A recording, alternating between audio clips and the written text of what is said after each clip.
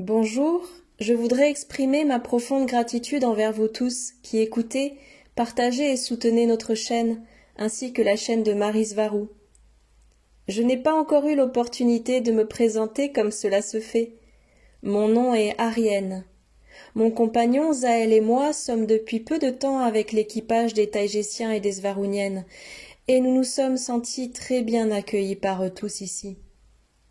Je ne sais pas quel pourra être mon degré d'implication dans cette chaîne, maintenant et à l'avenir, mais j'aimerais beaucoup faire tout mon possible pour aider dans ce projet et en faire partie. C'est pour cela que je suis ici en train de parler avec vous aujourd'hui. Comme vous le savez déjà sans doute, parmi nos objectifs, il y a celui de vous donner une autre perspective sur divers thèmes que nous pensons être importants et qui peuvent majoritairement intéresser les personnes qui vivent sur Terre. En essayant de vous transmettre tout cela avec nos mots et nos manières de comprendre la réalité. Cela arrivera jusqu'à ceux qui n'ont pas eu ce clic mental pour réaliser ce dont ils n'ont pas encore pris conscience.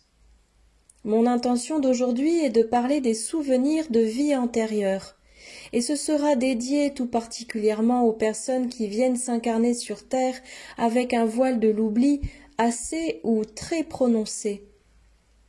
Mais avant, je dois préciser ce que moi je comprends de ce qu'est une vie antérieure. Dans la continuité du thème du temps que Zaël a partagé avec vous dans les vidéos précédentes, il n'existe pas de passé en tant que tel, c'est juste une idée. Tout ce qui existe, c'est ce moment dans lequel tu te trouves. Donc selon ce critère, il n'y a pas non plus de vie passée. Ce sont juste d'autres moments qui sont en train de se dérouler en même temps que celui-ci. Mais toi, tu as décidé de focaliser ton attention ici et de laisser de côté les autres moments, jusqu'à oublier la plupart d'entre eux, parce que tu as besoin de cela pour pouvoir vivre ce moment exactement comme tu l'aimerais toi et comme tu en as besoin pour ton évolution en tant qu'âme. Sur mon chemin, j'ai rencontré des personnes qui cherchaient à se souvenir. Ces personnes ont et ont toujours eu beaucoup de sagesse intérieure, sans en être conscientes elles-mêmes. Parfois, elles se demandent par simple curiosité, tout en faisant de l'humour, des choses qui apparemment n'ont pas d'importance pour elles. Des choses comme par exemple que dans une autre vie, quelqu'un a peut-être été un champion de jeu d'échecs, car depuis tout petit, il a toujours été un joueur chanceux, peu importe avec qui il est en compétition. Et ce dont il ne se rend pas compte, c'est qu'il est en train de télécharger dans et depuis sa conscience le moment parallèle qui se déroule en même temps et dans lequel effectivement il est champion de jeu d'échecs. Mais il a besoin de la validation de quelqu'un d'autre, de quelqu'un qui lui dise « oui, c'est ça », parce que dans le fond, il pense que c'est très bête d'avoir imaginé ce truc.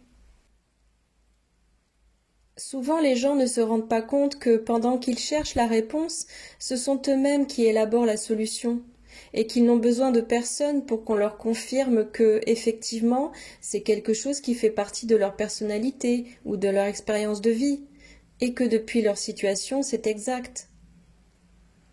Et qu'est-ce qui fait que cela passe d'une chose simplement imaginée à quelque chose de réel? Seul toi peux le savoir.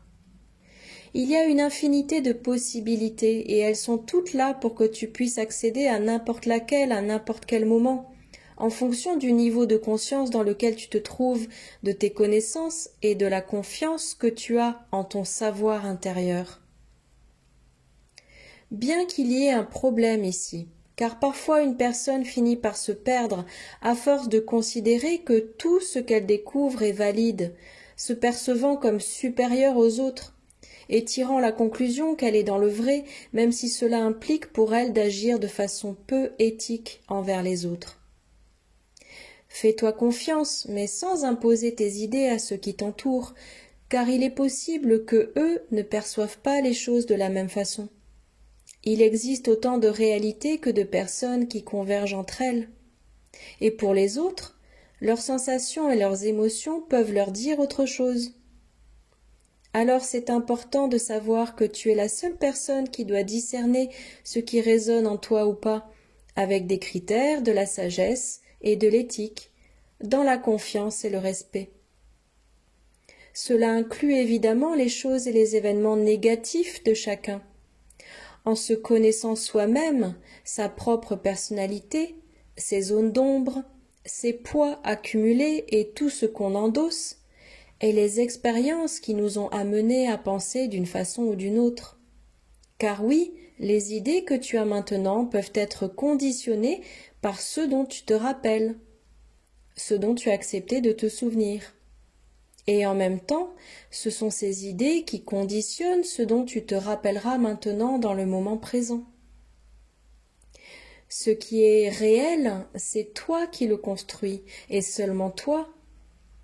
Tu dois être attentif à chaque petit détail qui peut te donner une piste claire par rapport à la mémoire que tu veux retrouver. La mémoire de vie passée, c'est-à-dire de ces autres moments auxquels tu accèdes, peut arriver de différentes manières. Et moi je suis ici aujourd'hui juste pour vous dire que vous pouvez vous rappeler par vous-même. Je ne suis rien de plus que votre propre conscience qui vous montre que vous pouvez et devez le faire par vous-même. Chacun doit se demander ce qu'il veut savoir et se focaliser dessus pour le découvrir.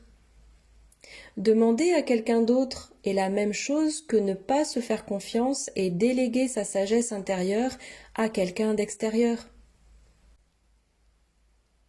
Et dans le fond, la seule chose qu'ils peuvent faire est de t'aider à comprendre que c'est toi et qu'il n'y a que toi qui as le pouvoir pour y arriver. Personne ne fera le travail pour toi. D'autant plus que le fait de se rappeler est quelque chose de très personnel et de différent pour chacun. Cela dépend de si tu veux apprendre des choses sur des êtres chers à ton cœur qui se trouvent en dehors de la terre, ou trouver l'origine de ton problème de santé, ou comprendre pourquoi tu as telle caractéristique dans ta personnalité que tu ne souhaites pas avoir en toi, ou si tu vis une situation de manière répétitive et que tu voudrais comprendre pourquoi, car cela te tourmente. Et il n'y a personne qui te connaît mieux que toi-même. Alors demande-toi ce que tu veux, écris-le si cela t'aide à le concrétiser. Le résultat peut être une réponse ambiguë que tu devras décoder. Et peut-être que le résultat n'apparaîtra pas d'un jour à l'autre, mais que tu auras besoin d'un certain temps, des mois, voire des années. Tout dépend de ton degré de focalisation. Tout n'apparaît pas forcément de manière claire, comme par exemple « Dans une vie antérieure, j'ai été musicien et j'ai été assassiné avant de publier un chef-d'œuvre. » Ça peut venir comme un profond sentiment de tristesse qui t'inonde quand tu écoutes une pièce pour violoncelle ou une harmonie spécifique. Recherche d'où vient ce ressenti qui s'est manifesté au fond de toi sans raison apparente. Tu dois apprendre à décoder tes émotions, comprendre pourquoi elles sont là, parce qu'elles ne sont jamais vides de sens. Cherche ce qui t'opprime depuis si longtemps et qui a fini par affecter ta santé au moment où tu as décrété quelque chose, les attitudes qui t'ont fait du mal. Trouve tes peurs et tes insécurités. Travaille sur toi. Je sais que d'être en bas sur terre est difficile, que c'est fatigant et frustrant de ne pas se rappeler, mais ne tombe pas dans le désespoir si tu n'y arrives pas. Ça signifie seulement que ce n'est pas le moment. Garde tout cela bien présent dans ta tête. Au final, tout se résume au fait d'avoir confiance en soi, de respecter son rythme et celui des autres. Les raccourcis n'existent pas. Tu ne peux le découvrir qu'en faisant un travail intérieur, avec de la sagesse et de la patience. Je vous embrasse tous avec beaucoup d'affection. Nous nous reverrons à une autre occasion. Votre amie, Arienne de Héra.